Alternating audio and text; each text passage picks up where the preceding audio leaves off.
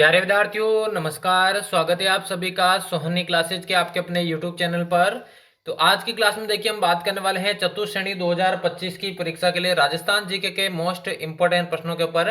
तो जितने भी छात्र छात्राएं चतुर्थ श्रेणी 2025 की तैयारी कर रहे हैं, आज की क्लास को आप सभी को एंड तक वॉच करना है, क्योंकि बहुत ही महत्वपूर्ण प्रश्न पर हम चर्चा करने वाले हैं। सभी को साथ साथ में आंसर बताते रहना है। तो बिना किसी देर के क्लास को शुरू करते हैं। पहला प्रश्न आपसे पूछा गया है, नागौर किस सूफी संत की दरगाह के लिए प्रसिद्ध है? हमीदुद्दीन, मोइनुद्दीन, निजामुद्दीन या फिर शक्कर बाबा? जल्दी से सभी विद्यार्थी पहले प्रश्न का राइट आंसर बताइए। क्लास आपके लिए महत्वपूर्ण होने वाली है। यहां से एज इट इज दोस्तों आपको प्रश्न एग्जाम में देखने को मिलेंगे। तो बात करें पहले प्रश्न के राइट आंसर की, नागौर की बात करूं दोस्तों, ये आपके संत हमीदुद्दीन की दरगाह के लिए प्रसिद्ध है। पहला ऑप्शन इस प्रश्न का यहाँ पर राइट आंसर हो जाएगा। अगला प्रश्न पूछा गया, सीकर जिले में कौन सी नदी का उद्गम होता है? कांकनी नदी, साबी नदी, घग्गर नदी या फिर कांतली नदी? सभी विद्यार्थी कमेंट करके इसका आंसर बताइए। सीकर जिले में कौन सी नदी का उद्गम होता है? बहुत ही महत्वपूर्ण प्रश्न, तो एग्जाम में यही आपसे पूछा जाएगा। तो सभी विद्यार्थी कमेंट करके इसका आंसर बताइए। तो सीकर जिले की बात करूं, इससे जिस नदी का उद्गम होता है वो आपकी कांतली नदी है। आपसे पूछा जाए कहां से होता है, तो दोस्तों खंडेला की पहाड़ियों से आपके जो है कांतली नदी का उद्गम होता है। राजस्थान में देखिए 100 किलोमीटर इसकी लंबाई है और पूर्णतः राजस्थान में बहाव की दृष्टि से आंतरिक अफवाह की सबसे लंबी नदी है। वैसे आपके घग्गर नदी है, लेकिन घग्गर नदी पूरी तरह से राजस्थान में नहीं बहती है। तो खंडेला दोस्तों पूर्णतः आंतरिक प्रवाह की दृष्टि से राजस्थान की सबसे बड़ी नदी है। और सीकर देखिए झुंझुनू जिले को दो भागों में ये बांटती है। चलिए बढ़ते जल्दी से अगले प्रश्न की ओर। अगला पूछा गया, मोट उत्पादन में राजस्थान का कितना स्थान है? प्रथम, दूसरा, तीसरा या फिर पांचवा? सभी विद्यार्थी कमेंट करके इसका आंसर बताइए। कौन सा ऑप्शन यहाँ पर राइट आंसर हो जाएगा? राजस्थान में मोट उत्पादन में राजस्थान का कौन सा स्थान है? देखिए मोट की बात करूं, ये दोस्तों आपके मूंग के साथ बोई जाती है और ये दोनों फसलें आपके दोस्तों खरीफ की फसलें मानी जाती है। कौन सी फसलें मानी जाती है? खरीफ की फसलें मानी जाती है। मोट उत्पादन की बात करूं, सबसे ऊपर कौन सा जिला है? तो बाड़मेर जिला दोस्तों मोट उत्पादन में अग्रणी है। बाड़मेर जिला, इसके अलावा दोस्तों चूरू में भी आपके मोट होता है। तो मोट उत्पादन में जो राजस्थान का स्थान है वो कौन सा स्थान है? तो प्रथम स्थान है। बिल्कुल दोस्तों, मोट उत्पादन में और मूंग उत्पादन में दोनों में आपके राजस्थान का प्रथम स्थान है। तो पहला ऑप्शन इस प्रश्न का यहाँ पर बिल्कुल करेक्ट आंसर हो जाएगा। अगला पूछा गया, सिरोही प्रजामंडल की स्थापना कब की गई थी? 1938, 1936, 1939 या फिर 1932? सभी विद्यार्थी कमेंट करके इसका आंसर बताइए। सिरोही प्रजामंडल की स्थापना कब की गई? ऐसे ही प्रश्न आपको एग्जाम के अंदर देखने को मिलेंगे, क्योंकि दोस्तों इस क्लास में आपके प्रीवियस ईयर के प्रश्न और एनसीईआरटी दोनों को सम्मिलित करके क्लास बनाई गई है, जहां से प्रश्न आपका बाहर जाने वाला नहीं है। तो सिरोही प्रजामंडल की बात करो तो 1939 के अंदर दोस्तों आपकी इसकी स्थापना हुई थी। तीसरा ऑप्शन इस प्रश्न का यहाँ पर करेक्ट आंसर हो जाएगा। अगला प्रश्न देखिए। अगला पूछा गया, नसीराबाद छावनी के विद्रोहकारी सैनिक छावनी में विद्रोह के पश्चात कहाँ गए थे? जो नसीराबाद छावनी में जो विद्रोही सैनिक थे वो विद्रोह करने के पश्चात कहां पर गए थे? अजमेर में, नसीराबाद में, आउआ में या फिर एरिनपुरा में? सभी विद्यार्थी कमेंट करके इसका आंसर बताइए। देखिए यहाँ पे नसीराबाद की जगह दिल्ली कर लेना, ठीक है ना। यहाँ पे देखिए ऑप्शन में आप दिल्ली कर लेना। तो नसीराबाद के जो सैनिक है ना दोस्तों, वो आपके विद्रोह करने के बाद कहां गए थे? तो वे दोस्तों आपके दिल्ली गए थे। और नसीराबाद में जो विद्रोह हुआ था 28 मई 1857 को हुआ था, जहां पर दोस्तों आपके जो है स्पॉटिसवुड और न्यूमबरी की दोस्तों हत्या भी की गई थी। तो दिल्ली गए थे दोस्तों नसीराबाद के बाद वो। दूसरा ऑप्शन इसका यहाँ पर राइट आंसर हो जाएगा। अगला प्रश्न पूछा गया, राज्य में सर्वाधिक जैव विविधता वाला अभ्यारण्य कौन सा है? माउंट आबू, सरिस्का, सीता माता या फिर दर्रा? सभी विद्यार्थी कमेंट करके इसका आंसर बताइए। कौन सा ऑप्शन यहाँ पर राइट आंसर होने वाला है? सर्वाधिक जैव विविधता वाला अभ्यारण्य इनमें से कौन सा है, यही आप सभी से पूछा गया है। तो जल्दी से सभी विद्यार्थी इसका आंसर बताइए। कौन सा ऑप्शन राइट आंसर हो जाएगा? तो राजस्थान की बात करूं, सर्वाधिक जैव विविधता वाला अभ्यारण्य दोस्तों आपके सीता माता अभ्यारण्य है, जो कि आपके उड़न गिल्लियों के लिए प्रसिद्ध है और प्रतापगढ़ के अंदर ये स्थित है। तीसरा ऑप्शन इस प्रश्न का यहाँ पर राइट आंसर हो जाएगा। अगला प्रश्न पूछा गया, अमर सिंह प्रथम के बाद मेवाड़ का शासक कौन बना था? राज सिंह, कर्ण सिंह, जगत सिंह या फिर अमर सिंह द्वितीय? कौन सा ऑप्शन यहाँ पर राइट आंसर हो जाएगा? अमर सिंह प्रथम, जो कि दोस्तों आपके महाराणा प्रताप के बेटे थे। इनके बाद आपके मेवाड़ के शासक कौन बने थे, यही आपसे पूछा गया है। तो सभी विद्यार्थी कमेंट करके इसका आंसर बताइए। तो अमर सिंह प्रथम के बाद दोस्तों इनके बेटे बने थे कर्ण सिंह, जो कि दोस्तों आपके मुगल दरबार में गए थे। दूसरा ऑप्शन इसका बिल्कुल यहाँ पर राइट आंसर हो जाएगा। अगला प्रश्न देखिए। अगला पूछा गया है, मालवी बोली कहां पर बोली जाती है? चूरू, बीकानेर, अलवर में? झालावाड़, कोटा, प्रतापगढ़ में? अजमेर, जालोर, सिरोही में? उदयपुर, राजसमंद, भीलवाड़ा में? कौन सा ऑप्शन इसका राइट आंसर हो जाएगा?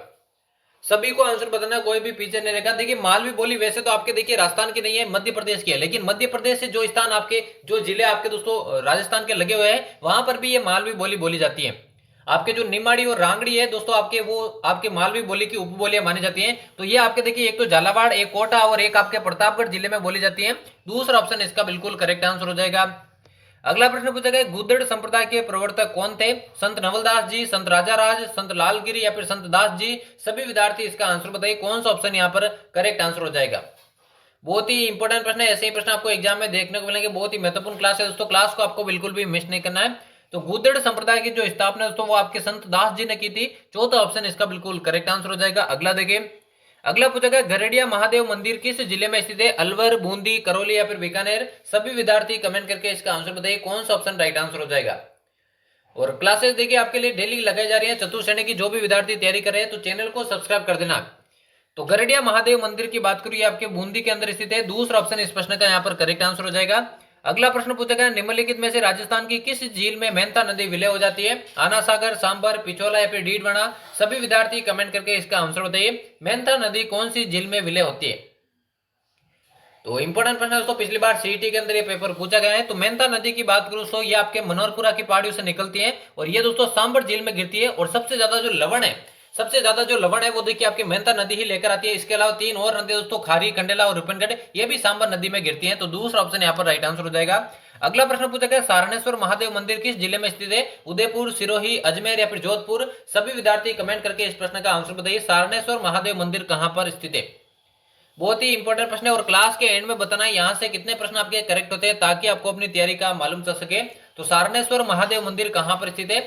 राइट आंसर की बात करें बिल्कुल दोस्तों ये आपके सिरोही के अंदर स्थित है। दूसरा ऑप्शन जिसने भी सही किया है उन सभी का यहाँ पर करेक्ट आंसर हो जाएगा। अगला पूछेगा शीतला माता का पुजारी किस जाति का होता है? नाई जाति का, कुमार का, मेघवाल का या फिर अहिर का?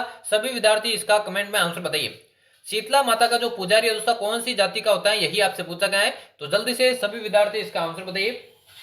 बहुत ही महत्वपूर्ण प्रश्न तो एग्जाम में पूछा जाता है। तो शीतला माता का मेला दोस्तों आपके चाकसू के अंदर लगता है। तो इनमें दोस्तों जो पुजारी होता है वो आपके बिल्कुल कुमार जाति का होता है। दूसरा ऑप्शन यहाँ पर इसका बिल्कुल करेक्ट आंसर हो जाएगा। अगला प्रश्न देखिए, पूछा गया निम्न में से कौन सा नवीनीकरण ऊर्जा स्रोत है? कोयला, प्राकृतिक गैस, सौर या फिर तेल? सभी विद्यार्थी इसका आंसर बताइए। देखिए नवीनीकरण ऊर्जा संसाधन का मतलब दोस्तों एक बार इस्तेमाल करने के बाद वापस से इस्तेमाल कर सकते हैं, और अनवीनीकरण यानी कि इस्तेमाल करने के बाद वापस इस्तेमाल नहीं करते, यानी कि एक समय बाद खत्म हो जाते हैं। लेकिन नवीनीकरण ऊर्जा जो संसाधन होते हैं दोस्तों जो बार बार चलते हैं, खत्म नहीं होते हैं। तो इनमें से देखिए जो सौर ऊर्जा है जो कि आपके दोस्तों आपके नवीनीकरण ऊर्जा संसाधन है। तीसरा ऑप्शन यहाँ पर राइट आंसर हो जाएगा। अगला प्रश्न देखिए पूछा गया राजस्थान हथकरघा नीति को कब लागू किया गया? 23 नवंबर 2023, 17 सितंबर 2022, 18 सितंबर 2022 या फिर 20 दिसंबर 2023? सभी विद्यार्थी कमेंट करके इसका आंसर बताइए, कौन सा ऑप्शन राइट आंसर हो जाएगा। राजस्थान हथकरघा नीति को राजस्थान में कब लागू किया गया था? तो इसे लागू किया था दोस्तों आपके 17 सितंबर 2022 को। दूसरा ऑप्शन इसका राइट आंसर हो जाएगा। याद रखिए दोस्तों 18 सितंबर नहीं है बल्कि 17 सितंबर 2022 से एग्जाम में पूछा गया प्रश्न है। चलिए बढ़ते हैं अगले प्रश्न की ओर। अगला पूछा गया चोखेलाव महल किस चित्रकला शैली से संबंधित है? मेवाड़ शैली, नागौर शैली, बीकानेर शैली या फिर जोधपुर शैली? सभी को इसका आंसर बताना है। चोखेलाव जो महल है कौन सी चित्रकला शैली से संबंधित है? तो सभी विद्यार्थी कमेंट में आंसर बताएं। तो चोखेलाव महल की बात करूं ये दोस्तों आपके जोधपुर शैली से संबंधित है। चौथा ऑप्शन जिसने राइट किया है उन सभी का यहाँ पर बिल्कुल करेक्ट आंसर हो जाएगा। अगला देखिए पूछा गया उदयशाही, खंजरशाही, शिवशाही और विजयशाही आदि किस परिधान से संबंधित है? दुपट्टा, पगड़ी, अंगरखी या फिर धोती? सभी इसका आंसर बताइए, कौन सा ऑप्शन राइट आंसर हो जाएगा। उदयशाही, खंजरशाही और शिवशाही, विजयशाही आदि किस परिधान से संबंधित है? तो ये सभी दोस्तों आपके पगड़ियों के प्रकार है। इसके अलावा दो प्रमुख पगड़ियां जो कि एग्जाम में पूछी जाती है, एक तो देखिए आपकी अटपटी पगड़ी जो कि मेवाड़ से संबंधित है, एक आपके अटपटी पगड़ी और एक आपके खनगा, ये भी दोस्तों आपके पगड़ियों से संबंधित है। तो ये भी आपको ध्यान में रखना है, एग्जाम में अलग से ये प्रश्न पूछे जाते हैं। अगला प्रश्न पूछा गया अमरूद उत्कृष्टता का केंद्र किस स्थान पर बनाया जाएगा?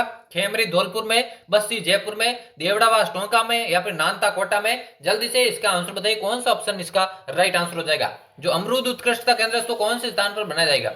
देखिए खेमरी धौलपुर में देखिए आपके आम उत्कृष्टता केंद्र, आम उत्कृष्टता केंद्र जो है वो आपके खेमरी धौलपुर में जो है बनाया जाएगा।